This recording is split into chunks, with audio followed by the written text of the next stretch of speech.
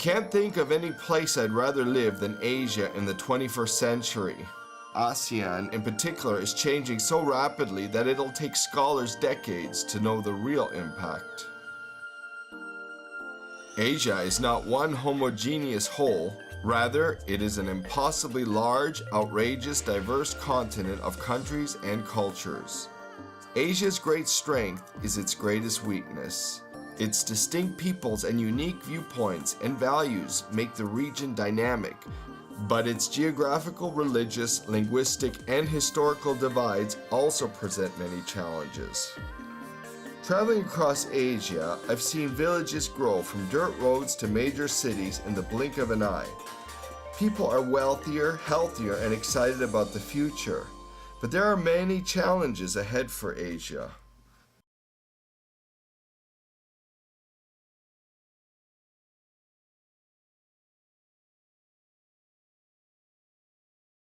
2011 was a landmark year for Asia. That was the year that more people lived in urban areas in China than in rural areas. What a tremendous change from the images that many people have of a poor rural China. The reality is that much of Asia remains poor. Far from the skyscrapers of Beijing and Shanghai or the great metropolises of the region, there lives a second Asia, and that's an Asia still marked by poverty. For too many people, their images of Asia are really shaped by the fancy photographs that they might bring back from a vacation, or the images that they will see on the television or on TV of a shiny metropolis. But so much of Asia remains poor. The challenge for Asia today, as Asia rises, is how do they ensure that growing cities also mean growing livelihoods, growing jobs, growing economies that reaches more and more people, not just a small elite that dominates so many countries in this region of the world.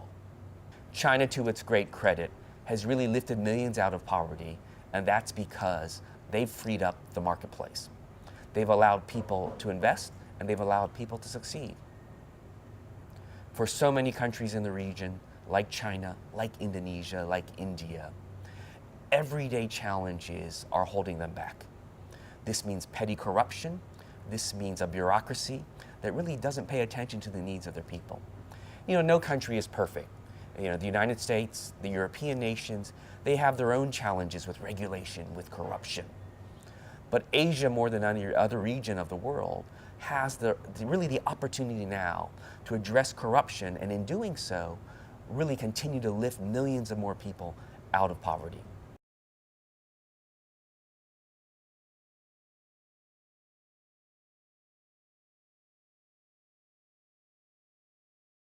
Corruption is one of the biggest curses worldwide speaking. Often one doesn't like to talk about it, but the truth is it happens everywhere, in the north, in the south, in the east, and in the west. In emerging markets in particular, the temptation is there to abuse power, to get rich quick. And there are major efficiency losses associated with corruption. Be it 2% or more than that of GDP. I'm not surprised at all. In some other countries in the world, that figure may be twice as high. It's a curse. It's terrible. It distorts incentives. It enriches those who abuse power, who usually are already in power. It usually is at the expense of the poor. The least powerful ones usually lose. It's also true that most everybody loses when it comes to corruption, except for those who are involved in corruption. They gain. You know, no country is immune to corruption. If you look at the latest reports from Transparency International, even the United States doesn't do so well. It's 19th in the rankings. For Asia, when we look at the rankings with regards to transparency and corruption, so many countries fall at the bottom or the bottom quartile. This has got to change if Asia is going to move forward. The way to tackle corruption, being a systemic issue, is through a multifaceted approach. There's no single silver bullet. Yes, you need better laws, you need better enforcement, you need compliance, you need to make sure that the laws are enforced. But you also need a change of culture. You need to change the incentive structure. And that's where transparency and collective action, as we call it, is very, very important. The UN Global Compact has currently 5 major initiatives going on around the world. called collective action against corruption. What it means is that a number of corporations work together at the same pace, in the same direction, to escape what economists call the prisoner's dilemma, meaning that no company alone can fight corruption, because if it does so, it actually suffers a disadvantage because the competitors, if not playing along, will actually gain from it. So how do you escape that prisoner's dilemma? The only way is collaboration, meaning working at the same time in the same direction, and where possible with public institutions, because corruption is both demand and supply driven. You have public officials often involved and you have private actors involved. So where do you start? You have to start on both ends at the same time.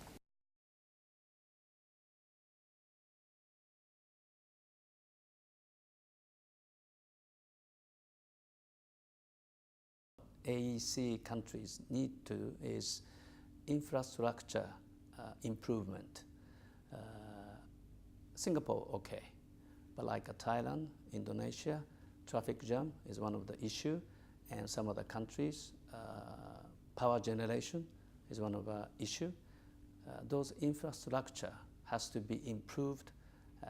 That's what they needed, including transportation too. Transportation means like good transportation between Thailand, Vietnam, or between Myanmar and Thailand. By having good connection, well completed transportation, the industry may enjoy the benefit. Supply chains, so Myanmar, companies in Myanmar can enjoy the good supply chain in Thailand, or companies in Vietnam can enjoy supply chain from Thailand, because Thailand is one of the best supply chain established country for Japanese manufacturing industry. Everywhere you go, India, Thailand, everywhere, they need good infrastructure. Places like Japan, very, very advanced, but China, even in China, they could do with better infrastructure. Thailand, all over the ASEAN, you know? Better infrastructure is really the key to getting the economy moving at the fast pace that we need it to keep up with consumption and demand. So I would say that this is really the sort of the heart and essence of working in Asia. Definitely investment infrastructure helps, all sectors of the economy. Korea, I think, was able to do this amazing, progress in economic development, not only in the urban areas, but, across the country. You have great infrastructure, even, in the remotest village. But the reason why the economy could grow that fast and that, spread all over the country was because very early stage, a great importance was given to building roads and building high-speed trains and building infrastructure across the country. Of course, because Korea has a small territory, it was easier than it's in other places. And you have a very large population in a very small space. So to build, infrastructure is relatively, compared to, large space countries, easy. But definitely the political priority put on the building of the infrastructure has definitely helped Korea achieve this economic development in a very short time.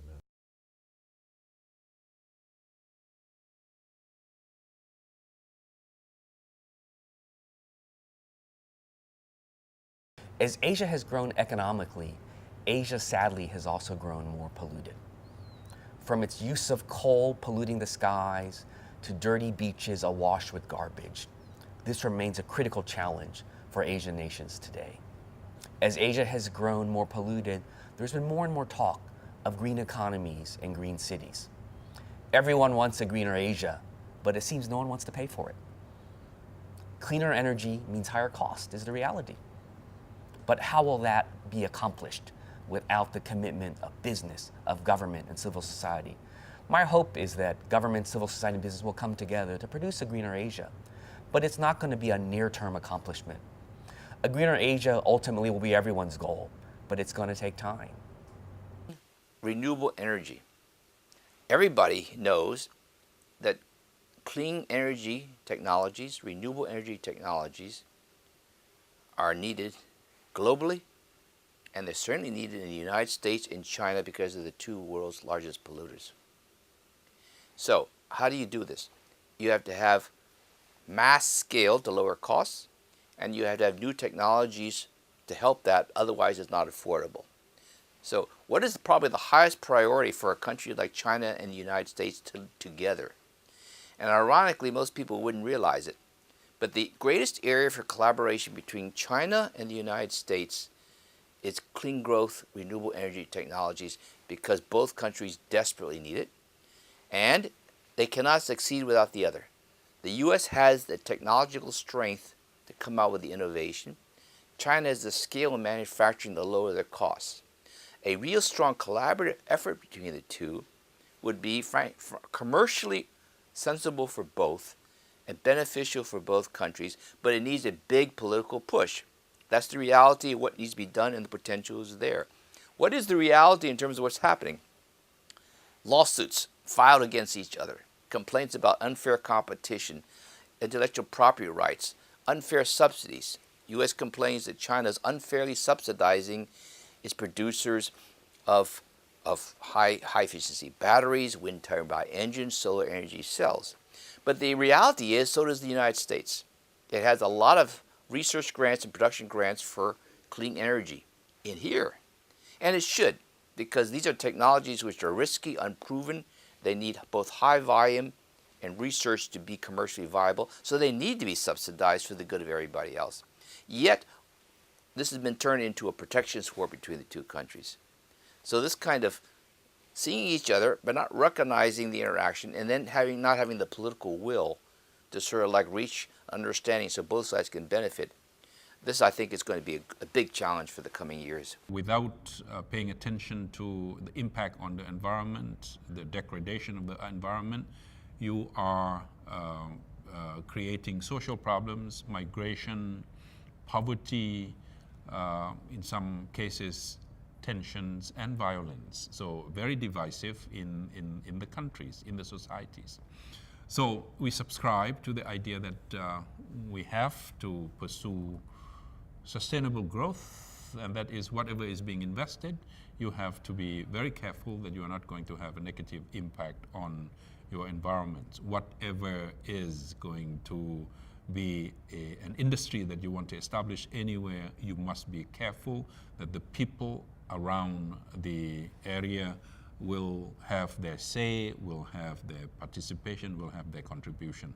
So far, I think the landscape has been rather open. There is this culture of consultation, there is this interactive process, and I think member states are quite serious about environmental impact assessment. First of all, I think our government just come up with the law of the, for example, wastewater treatment. It is a compulsory. Previously, it doesn't exist. So now all the wastewater treatment is a compulsory for all the manufacturing facilities. So this is also help for green and environment of our country. The green revolution in Korea is something that's been started already, under the government of Park Chung-hee, which is about 35 years ago, or more than 35 years ago. The recent governments have, established green policies, emission controls. The factories that are built new have to follow very strict emission rules and so on. And environmental technology itself has been chosen by the government as one of the drivers of the economy. And so a lot of investment goes into the development of new technologies, of either new energy sources. For example, we have a lot of investment in hydrogen cells or electro drives for automotive sector. All of the Korean automakers already have their electric cars and hydrogen fuel cars and so on. Industrial production has reduced its emissions very dramatically. If you look at the reduction rates, Korea is one of the leading countries, not yet in absolute figures because we've come from a very polluted past, but we've made a lot of progress there.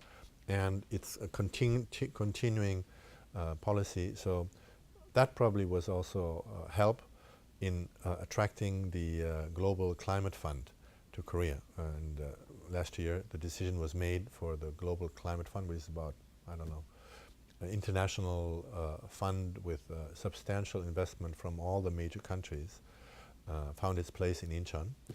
And we'll have about 500 resident expats that will be all the time there, and it'll be about 200 plus conferences and events related to the Green Climate Fund every year held in the area, which is of course a boost also for our mice industry. So green industry, green economy, green technology helps with tourism as well. As Asia rising, so too will the fortunes of the world. But when Asia makes mistakes, those will also ripple across the globe. So it's crucial for Asia business leaders and politicians to get it right. It is also imperative that outside countries and companies help foster positive changes.